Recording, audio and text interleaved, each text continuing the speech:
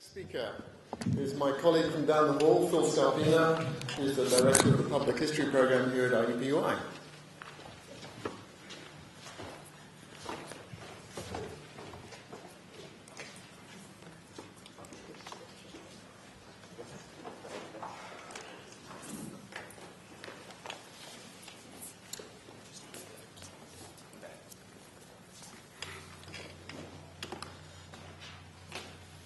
Well, good morning. Can you hear me? Okay. I'm not sure how to segue from frequency of showers to the history of the environment. I took a shower this morning. John introduced me as director of the Public History Program, and because most of you are not historians, so I'm not going to try to explain what that is, but I am an environmental historian. I've done quite a bit of work on the upper Mississippi River, on the Great Lakes, on the Tyne River. We did an oral history project related to the floods of 2008 that were mentioned in the first talk, and I won't get into that unless somebody asks me some questions, but it's absolutely clear that those flash floods of 2008 were as much a result of human land use as they were anything you might call an act of God. So, all right. Even though I have done a great deal of research on specific rivers and lakes and so on, I'm going to take a giant step back from the material as one of the few humanists on the program and try to put the issue of the Anthropocene in historical context. And this will either work or it won't. Although yesterday when James finished his talk referencing the science fiction of his youth, and another one of our speakers talked about mutant tabby cats as a factor in change over time, I figured I had a lot of life. So, all right, so this is a picture of our White River, our Anthropocene River, and in case you don't know where you are because of all the snow and cold, and John stole all my Celsius and Fahrenheit jokes, this is where we're located in the city and next to the river. It's there, and it's certainly at least become a visual and aesthetic feature in the last 25 or 30 years. Okay. A giant step back. A long time ago, when I was in high school, I was absolutely fascinated by science fiction. And one of the key themes that I read about that science fiction was the concept of terraforming, right? In the fanciful worlds created by science fiction writers, human beings use science and technology to transform hostile environments of alien worlds so they could support human life. The word actually came into the vocabulary in 1942, and this is the citation. If you want to look it up, you can probably find it online. A writer named Jack Williamson. So now we'll fast forward a few decades. December 7th, that's Pearl Harbor Day, by the way, 1972. Just past the peak of the popular environmental movement, Apollo 17 sends back what has become a classic and iconic image, the so-called blue marble photo, showing the Earth hanging there in the vastness of space. You know, and so as we tentatively moved outward into space, one of the most profound outcomes was to look back and gain a new angle of vision on the place we left behind. Right. So we'll fast forward again to the present, to the early 21st century, where it has become increasingly clear that human beings have done exactly what science fiction writers proposed in the 1950s. That is to say, acting on the values and attitudes embedded in our culture and employing technology and energy, we have literally terraformed our own planet. We have transformed it dramatically, including rivers, but not limited to rivers. Now, we didn't do it in the planned, ordered, science-based manner suggested by scientific writers or science fiction writers, and in many cases, the unintended and unanticipated consequences have played as much a role as what we set out to do. All right. A transformation cut in two directions. On the one hand, reorganized Earth systems favor human beings and support a vast, worldwide growing population. Not all equally, as the previous speaker pointed out. On the other hand, the unintended and unanticipated consequences of reorganized Earth systems propose profound threats to human societies and the integrity of the Earth's environment. So, between 1800 and 2011, the Earth's population increased dramatically from just under 1 billion to almost 7 billion. And as our previous speaker pointed out, the trend in population is concentration in cities. 1950, just under 30% of human beings lived in cities. By 2011, that percentage had increased to just over 52%. And not only concentration in cities, but concentrated in our largest cities. And I've got a little bit of information on the graph that you could look at if you want to. But population growth in the last century or so was facilitated by a dramatic shift from solar energy to fossil fuel and a massive increase in the use of energy. And of course, climate change stands at the head of the list of the unintended and unanticipated consequences of the use of all that fossil fuel. These graphs that I put up here, illustrating population, energy, and CO2, illustrate two important historical developmental trends. One of those is rapid acceleration in the past century, which several of our speakers have pointed out, and the other is exponential growth patterns. But if I can get my little pointer to work, as a historian, the thing that I want to point out is when we talk about exponential growth, it's not important just to look at the elbow or to look at the rapid climb. There's a history behind this and every one of these things that didn't come out of nowhere. Right? There are developmental trends that contributed to those growth patterns. Right. So, no, can't do that. In 2000, this must be a standard publicity photo because everybody's used it. I've never met the man. He's a handsome, good-looking guy. Paul Crutzen, in 2000, coins the term Anthropocene. Co-winner of a Nobel Prize in 1995 for his work on the ozone layer, for those of you who just joined us. He claims, and I've seen this in print, that he was at a conference and people were talking about the Holocene, and all of a sudden he just blurted out, we're not in the Holocene anymore, we're in the Anthropocene. I don't know if that story's true. Is it true? You guys know? It's a useful approximation. I put you right on the spot, but I mean, okay, it's a useful approximation, but if it isn't true, it should be true. It should be true, and he clearly is credited with making up the term. Now, it's not at all surprising that this term and its initial use originated with scientists who addressed their research of human impacts on global atmospheric systems, including climate change. I mean, after all, the Anthropocene refers to a new set of circumstances where the results of human actions impact global environmental conditions and actually produce a stratigraphic record. The term Anthropocene rapidly and informally entered the scientific literature used to emphasize the dominant role of human activity in shaping the global environment. And I actually thought at this point that I was going to mention some of the folks that were in here who have contributed to that literature, and I realized that I'm going to leave somebody out. So it'll be in the citations to my paper when we finally publish it. It remains unclear at this point whether or not the Anthropocene will officially replace the Holocene as the latest geological epoch. And simultaneously, there's an ongoing debate about the beginning point.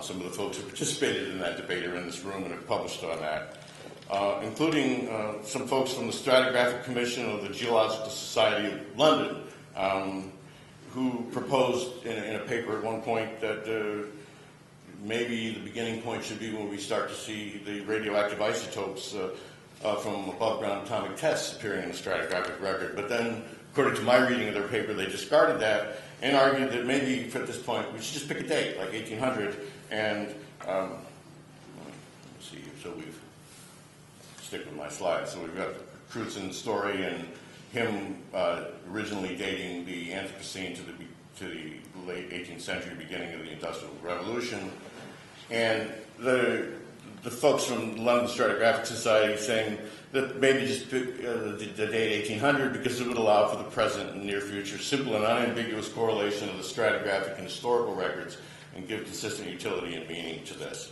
And I actually agree with that. I think at this point it probably doesn't matter. I think probably the magic of this at this point is that it attracts attention. People are interested in this concept. I mean, look at the folks we have here in this room gathered around this idea. So then building on this foundation, I want to make 3 points about the Anthropocene as it relates to human interaction with rivers and with world environmental systems more generally. So, First, in thinking about the explanatory power that the Anthropocene has for clarifying the relationship between people and the environment, it's important to remember that ideas have history. They don't come out of nowhere. So one of the most distinguished environmental historians practicing today is a man named Donald Worcester, who wrote the definitive study of the history of ecology, and the title is up there on the screen. In the chapter, it's actually chapter 10, of his book in which he actually engages the science of ecology, Worcester begins with the following sentence. He says, "In the beginning was the Word." Of course, he ripped that off from Genesis, but that's all right. He uses this Genesis-related reference to highlight the fact that the man who actually invented the word, Ernst Haeckel, coined the word from two Greek roots, and in the beginning, literally, that's all there was the word, like Anthropocene. And then he goes on to say that long before there was a word, there was an evolving point of view, and the word came well after, not before the fact. And, Haeckel himself acknowledged his debt to what came before when he gave his inaugural lecture to sort of unveil the word and gave credit to Darwin for stimulating his own thinking. Okay. Well, so it is with the Anthropocene. As the word takes on meaning, it's important to study and understand the evolving points of view that gave rise to the word. The concept of the Anthropocene didn't come out of nowhere. It didn't just magically come out of Dr. Crudsen's head. And the reason that it caught on so quickly was because it brought into focus ideas and points of view that were already emerging from a number of disciplines. It didn't create something literally where nothing was before. So just a couple of examples, and this is not intended to be comprehensive but suggestive. So 1864, George Perkins Marsh, lawyer, diplomat, conservationist, sort of Renaissance guy, published a classic study called Man and Nature. And in his preface, he articulates a perspective that embraces the entire Earth and the role of human agency. And just the dark part up there, the object of the present volume is to indicate the character and approximately the extent of the changes produced by human action and the physical conditions of the globe we inhabit. And then he goes on to develop that. Now, if you're a student and you're sitting in here, particularly if you're one of my students, and you look at that paragraph, that's one sentence. If you write like that now, C. Don't do this. This is a bad idea. Work for him, won't work for you. All right. 1942. Geographer Gilbert White, talking to the folks at USGS, right? I see the heads nodding, right? He's still sort of still read the man in graduate school. Wrote an extraordinarily influential dissertation titled Human Adjustment to Floods, in which he highlighted the relationship between human agency and flooding. Floods, he said, are acts of God, but flood losses are largely acts of man. In 1942, that was a revolutionary idea. Most of us would probably argue that floods themselves are now largely a result of human action, not just acts of God. 1980, French-born American microbiologist René Dubos, Wooing of the Earth, has an entire chapter that he calls the humanizing of the Earth. Right? Historian Richard White published what I would characterize as a brilliantly provocative book on the Columbia River in 1995, in which he characterized that river as an organic machine, right? That is an interconnected and interdependent system composed of natural and artificial parts. Okay. My second point about the Anthropocene is that it highlights the role of human agency and human culture in reshaping the natural world. Right? It removes what has increasingly become an artificial dividing line between the natural and cultural environment and between natural and human history. So I picked an example that's somewhat outside my range of expertise, publication from the American Fisheries Society, and this quote is actually from the description of this book, where they talk about dramatic changes that occurred in the functioning of larger rivers because of social values and policies, land use, in-channel causes, and alien species. And then they go on to apply that really to this hemisphere. All right. Okay. So if the Anthropocene is distinguished by global environmental impact so profound that it left a stratigraphic record, then gaining insight into the emergence and evolution of the Anthropocene requires careful study of human actions driven by attitudes and values embedded in culture. 5 minutes, okay. So it's also important to realize that human agency is not a single undifferentiated variable. Right? Culture differs from group to group, and culture evolves over time. Human action is just not like the X factor. You really have to sort it out and figure out what it's all about. I don't believe in lessons of history. I think that most of the time when people talk about drawing lessons from history, they're not historians and they're not really lessons. But I think there are a couple of I think that there are a couple of things that we can learn from the past that apply to the discussion in the present. And lesson number one is rarely do people act intentionally to inflict damage. They almost always modify their surroundings to what they believe are socially beneficial purposes. And the second one is there are always unintended and unanticipated consequences associated with human actions. Always. Okay. So I'm going to give you a quick example. Then I'm going to cut reference to my own stuff and wrap this up because John's good. You know, we have to just do this because you're a butt-kicking dude, and you really are doing a good job. I can feel it. All right. So this map is based on historical research actually done by a forester instead of a historian, but that's all right. And it's done in 1925, and I pulled them off of the awful Wikipedia site because they had the clearest, highest resolution. But this is U.S. Forest Service research. And the black that you're looking at there is the extent of forest when Europeans made contact here. He says 1620, but we'd have to back that up to 1607 or so. Take a look at Indiana. Indiana did not have tall grass prairie, and if you flew in here and saw all that flat land with no trees, that's not prairie. That's the result of human activity. All right, 1850, that's the eastern half of the United States. 1926, where each dot represents 25,000 acres of forest. By the early 20th century, Indiana had gone from 85% forested to 7%. All right. Now, apropos of one of our papers yesterday, went and added this in last night. In addition to deforestation, one of the things that you see, particularly in the southern half of Indiana, is hundreds and hundreds of small mills that either make flour or cornmeal, and also what I didn't put on here was lumber mills. All right, you combine the deforestation with these hundreds of mills, and there's a dramatic transformation.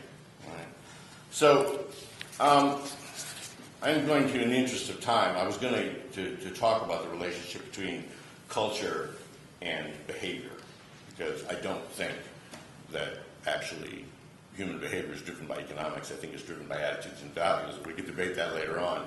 So I was going to talk about Richard Nixon, who was a very scary man. But Richard Nixon signed the most important environmental legislation in the history of this country, and he didn't do it because he was an environmentalist. Right? And I've read enough of the Nixon papers to know beyond a shadow of a doubt that he was not an environmentalist.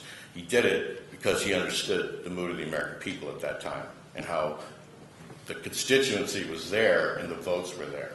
So this is a memorandum that the first administrator of the EPA wrote to Nixon trying to get him to back Great Lakes cleanup.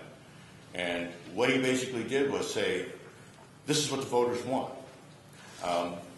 This is what the people value. And what I didn't put up there is he said there are 8 U.S. Great Lakes states. You got 4 of them in the last election.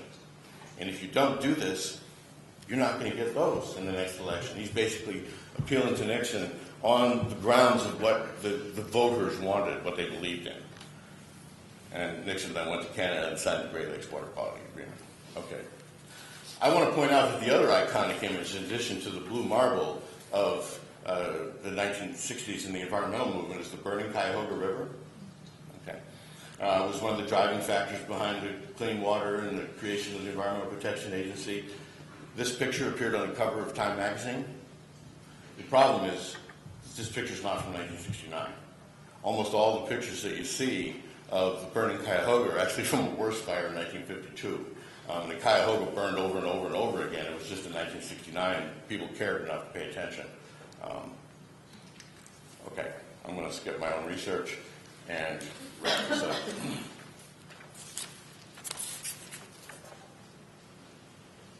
So when we consider human interaction with the environment, or human interaction with rivers, as far as I'm concerned, there are two great intellectual watersheds: Darwin's ideas on natural selection and the science of ecology.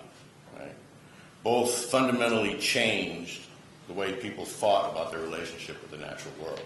I mean, one of the interesting things about the environmental movement is that it was driven by a popularized understanding of ecology.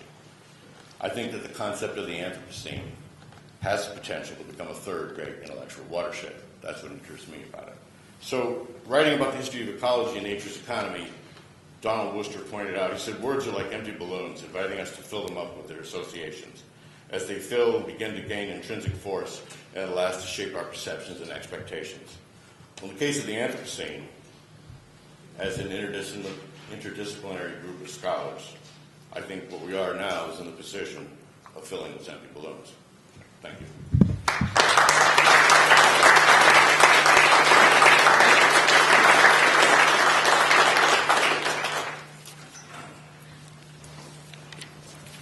How about your research that you skipped over? Pam was supposed to do that. Where are you? All right, let's back up here. All right, this falls under the heading of interdisciplinary cooperation. And I have pictures of other people's books. I put my own up here, too. This is in the interest of fairness. But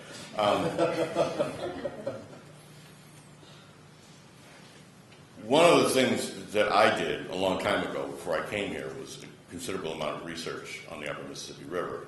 And some of you may know that there was a time from, I don't know, the 1890s into the 1920s when freshwater mussels provided the raw material for buttons. I mean, as we industrialized and began to do factory-made clothing, all of a sudden there's a need to keep your pants up or button your blouse or your shirt, and we needed material that was durable, attractive, and readily available. And for a variety of reasons, there were, using a non-technical term, zillions of mussels in Midwestern rivers, and some of the species produced the shells that were both attractive and durable enough to work. So you can see snapping the button blanks out of that. So when I did this work, it was clear to me, there was a scientist named Ellis who discovered a way to artificially reproduce these mussels, and sort of mussel sex is more than I want to get into right now. If somebody really wants to know, you can ask me later. But what he discovered when he developed this process was, by the time he was ready to implement it, the upper Mississippi had been so transformed that it wouldn't support a commercially viable population of these mussels, and he just kind of gave up. So fast forward a little bit, I met my colleague Pam Martin here, and we got to talking about this and realized that if we could put together my archival research with her ability to analyze the shells, and you're going to, in a minute, explain how you're going to do this, because to me it's just like reading the periodic table, which is really exciting. If you want to go to sleep, just read the periodic table. So what we're going to do is look at the Ohio River, and because of the pearl button industry, there are a lot of surviving shells that look like that with the holes in them. They're readily available from about the 1890s into the 1920s. Because of the Woodland Indian culture and the way that they use these things, we can get the shells out of the midden, and we actually have permission. I mean, we're not going raiding. And then, so you've got the pre-industrial period, the industrial period, and then we can get permits to live collect now. And then we're going to combine my archival research with your scientific research, which you can tell us about in 200 words or less. Sure. And no periodic table. Yeah, no periodic table. I can do it less than 3 weeks, I think. But we're just looking at the shell chemistry. Obviously, the shells grew. They're in the waters. The chemistry of those waters should be reflected in the shell chemistry. So there may be calcium carbonate. Trace minerals accidentally get incorporated if they're in the water there. So if we have trace minerals that are pollutants, they should be in the shell. And a little more subtle are these isotopic variations that are reflective of the different sources of nutrients and organic matter that get in the water. And so we have waste from agriculture that should be reflected in this isotopic composition of the shell. We have waste from humans that should be reflected in the isotopic shells. It may not be quite so easy to read it, but we think we can look at some different time slices and get a sort of a quantitative benchmark of water quality and environmental conditions, and then compare that to what was going on in the watershed with the great details that Phil's able to pull out of the archive. So what we're going to do is combine the qualitative and quantitative research, the history and the science, to see what we can learn about the shifting environment, the relationship between people and the Ohio River. So. I just had to put one more plug in because I'm one of several scientists working on some environmental reconstruction in the Ohio. Gabe's going to talk a little bit later, but there was a question about paleohydrology. So we also have a paleohydrologist here who's poured some lakes down there and is doing the lake reconstruction going back before the large cities there and then the cities along the Ohio to kind of get a little bit closer to a baseline of what flood history was like there and to go forward And by the way, sediment analysis is a great historical source. It doesn't keep well in the library, but if you can get that information, it really, really helps to document what happened in the past. So, am I done? We've got about 4 minutes. So terraforming, Yeah.